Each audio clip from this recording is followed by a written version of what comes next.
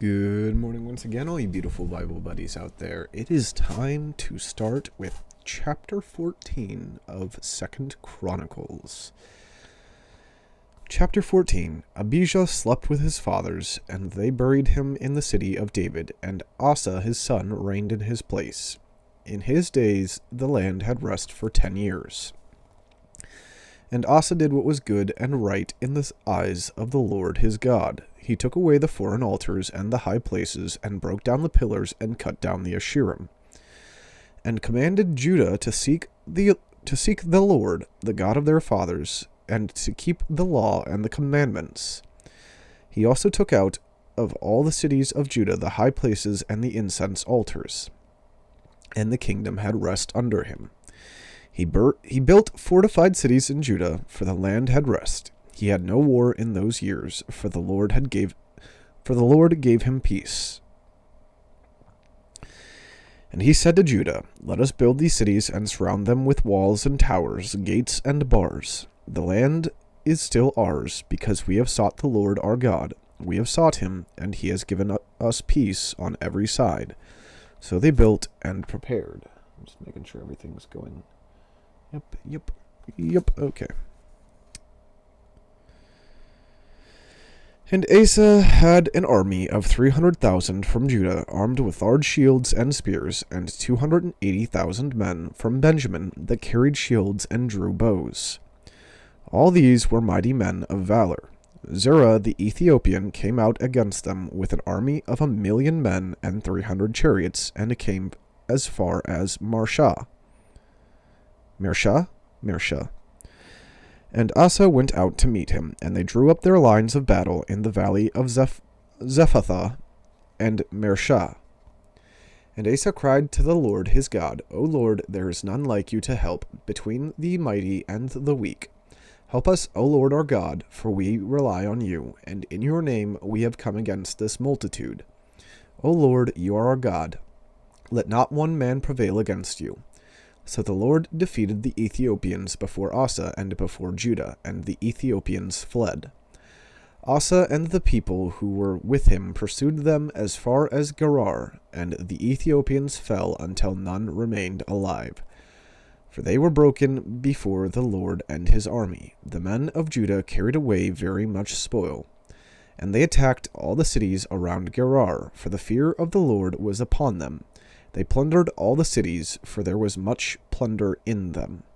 And they struck down the tents of those who had livestock, and carried away sheep in abundance and camels.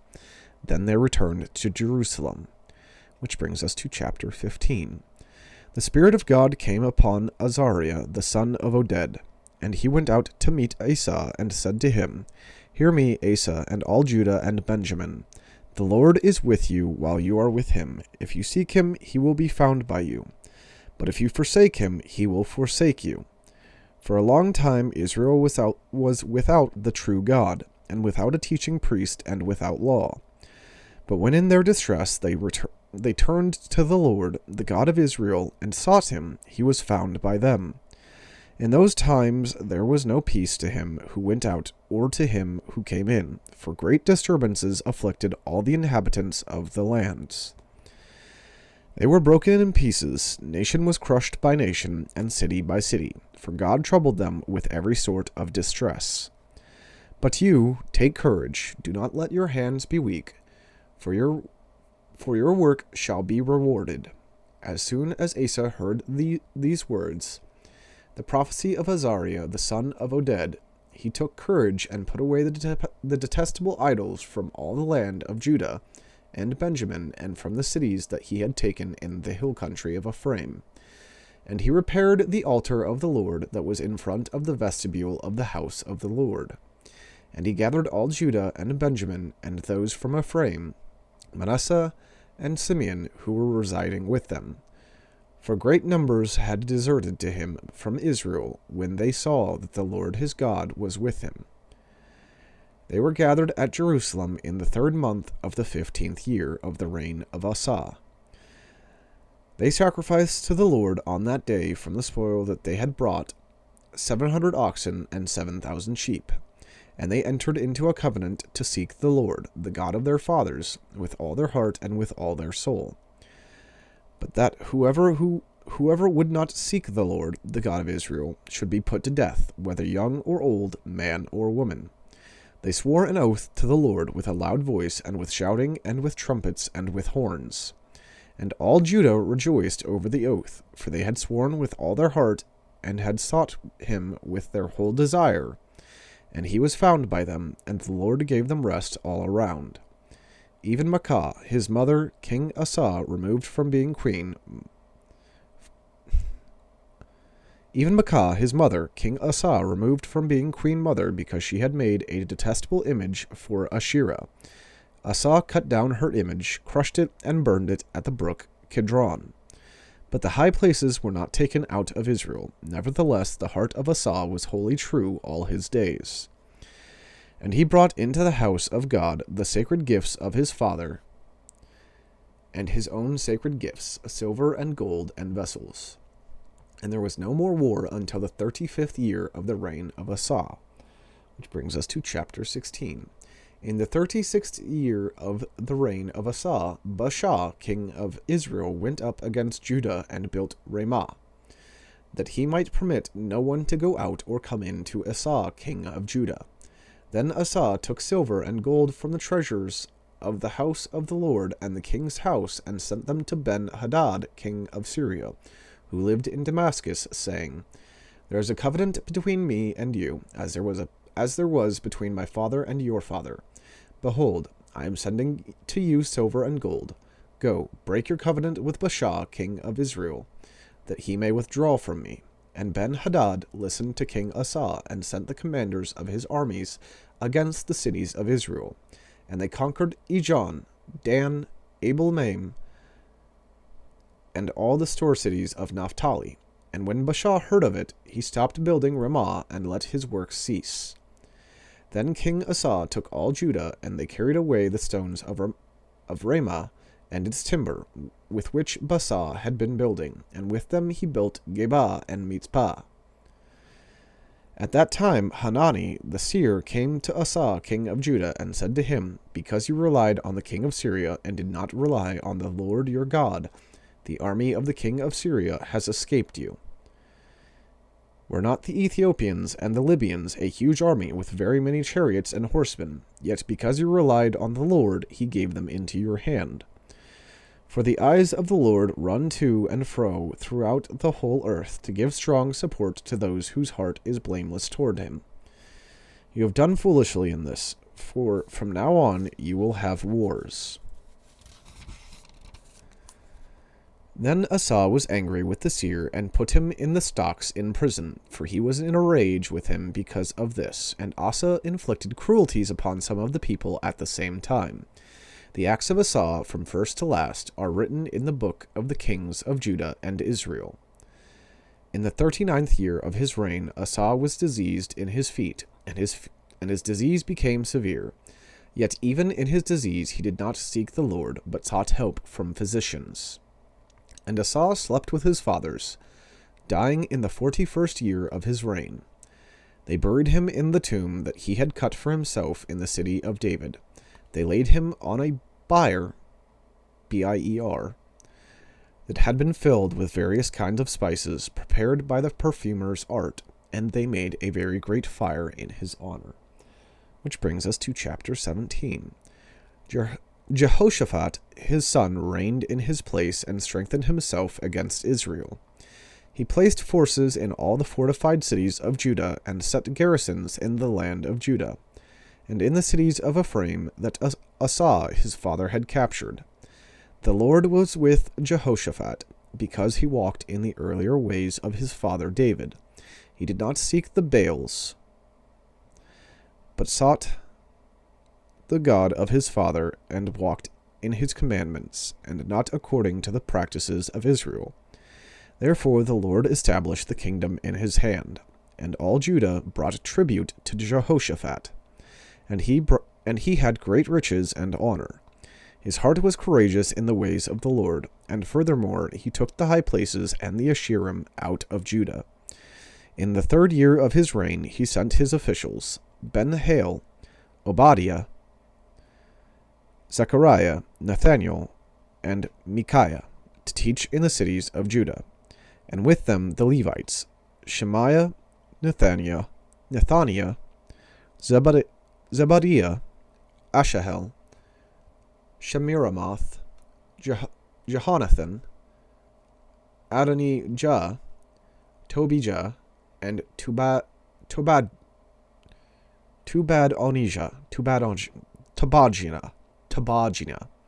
And with these Levites, the priests Elishama and Jehoram. And they taught in Judah, having the book of the law of the Lord with them. They went about through all the cities of Judah and taught among the people. And the fear of the Lord fell upon all the kingdoms of the lands that were around Judah, and they made no war against Jehoshaphat.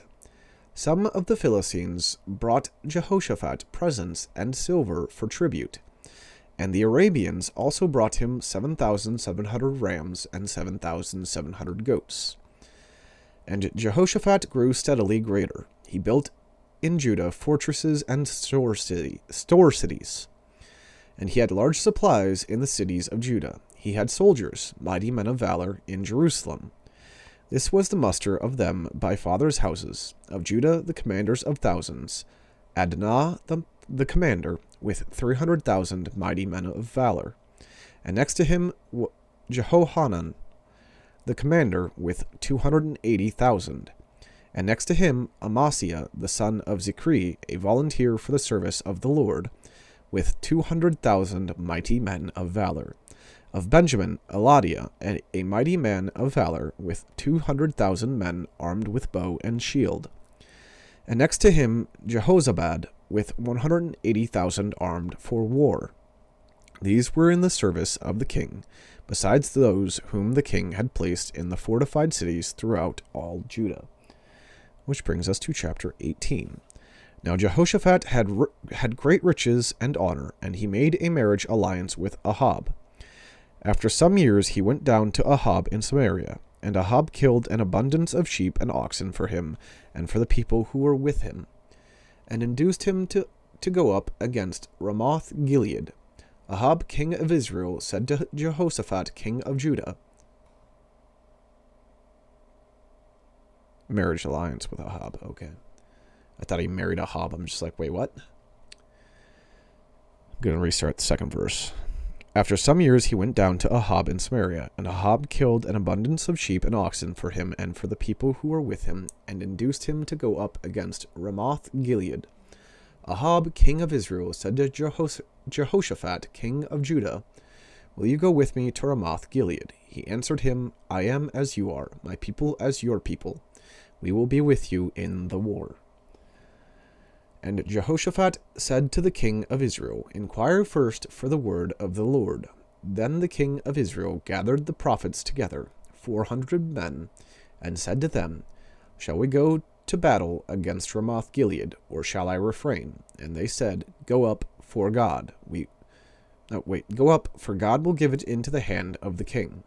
But Jehoshaphat said, is there not here another prophet of the Lord of whom we may inquire?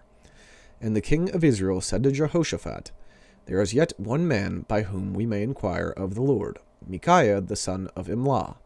But I hate him, for he never prophesies good concerning me, but always evil. And Jehoshaphat said, let not the king say so. Then the king of Israel summoned an officer and said, bring quickly Micaiah the son of Imlah. Now the king of Israel and Jehoshaphat the king of Judah were sitting on their thrones, arrayed in their robes. And they were sitting at the threshing floor at the entrance of the gate of Samaria, and all the prophets were prophesying before them. And Zedekiah the son of Chenaanah made for himself horns of iron, and said, thus says the Lord, with these you shall push the Syrians until they are destroyed. And all the prophets prophesied so, and said, go up to Ramoth Gilead, and triumph. The Lord will give it into the hand of the king. And the messenger who went to summon Micaiah said to him, behold, the words of the prophets with one accord are favorable to the king. Let your word be like the word of one of them, and speak favorably. But Micaiah said, As the Lord lives, what my God says, that I will speak. And when he had come to the king said to him, Micaiah, shall we go to Ramoth-Gilead to battle, or shall I refrain? And he answered, Go up and triumph, they will be given into your hand. But the king said to him, How many times shall I make you swear that you speak to me nothing but the truth in the name of the Lord? And he said, I saw all Israel scattered on the mountains, as sheep that have no shepherd. And the Lord said, These have no master, let each return to his home in peace. And the king of Israel said to Jehoshaphat, but it's super weird, hang on. Well, I'll finish that. Well, no. It sounds like he is speaking favorably. He's telling him to go up and then he'll win. Right?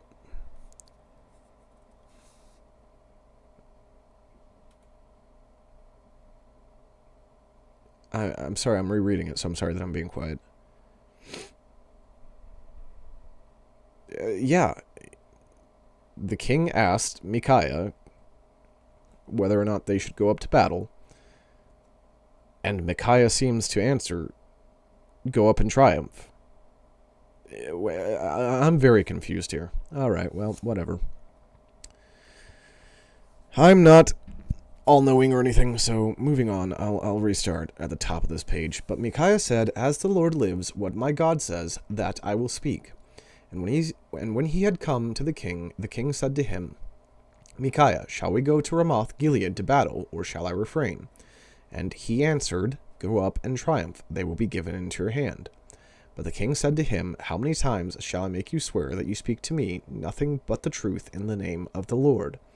And he replied, I saw all Israel scattered on the mountains, as sheep that have no shepherd. And the Lord said, These have no master, let each return to his home in peace. And the king of Israel said to Jehoshaphat, Did I not tell you that he would not prophesy good concerning me, but evil? And Micaiah said, Therefore hear the word of the Lord. I saw the Lord sitting on his throne, and all the hosts of heaven standing on his right hand and on his left. And the Lord said, Who will entice Ahab the king of Israel, that he may go up and fall at Ramoth-Gilead? Okay, you see, now he's saying otherwise, but it would feel better and be more understanding if they let the prophet speak all the way through first, and then, I guess, for lack of better words, listen, and then respond. But hey, what do I know? I'll restart that verse. And the Lord said, Who will entice Ahab the king of Israel, that he may go up and fall at Ramoth-Gilead? And one said one thing, and another said another. Then a spirit came forward, and stood before the Lord, saying, I will entice him. And the Lord said to him, By what means? And he said, I will go out, and will be a lying spirit in the mouth of all his prophets. And he said, You are to entice him, and you shall succeed. Go out and do so. Now therefore, behold, the Lord has put a lying spirit in the mouth of these your prophets. The Lord has declared disaster concerning you.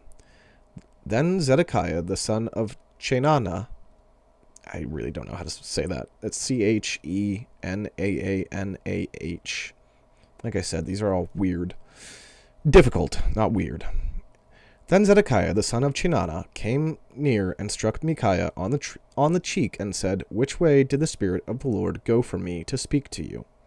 And Micaiah said, You shall see on that day when you go into an inner chamber to hide yourself. And the king of Israel said, Seize Micaiah and take him back to Amon, the governor of the city, and to Joash, the king's son, and say, Thus says the king, Put this fellow in prison and feed him with meager rations of bread and water until I return in peace. And Micaiah said, If you return in peace, the Lord has not spoken by me. And he said, Hear all you peoples. So the king of Israel and Jehoshaphat the king of Judah went up to Ramoth-Gilead.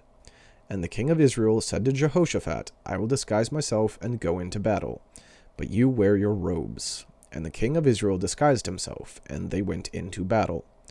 Now the king of Syria had commanded the captains of his chariots, fight with neither small nor great, but only with the king of Israel.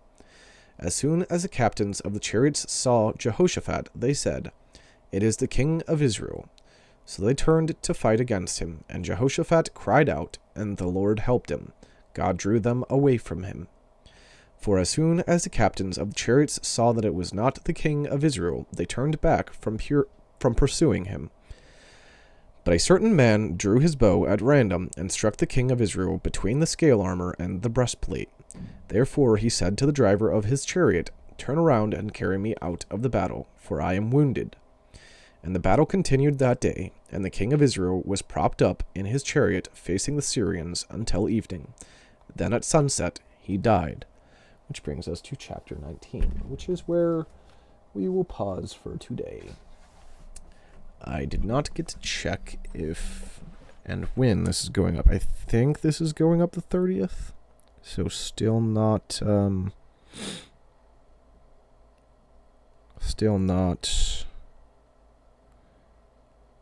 New Year's Day quite yet, yeah. New Year's Day or New Year's Eve. So nonetheless, still hope you all had a Merry Christmas and have a happy and safe New Year. God bless you all.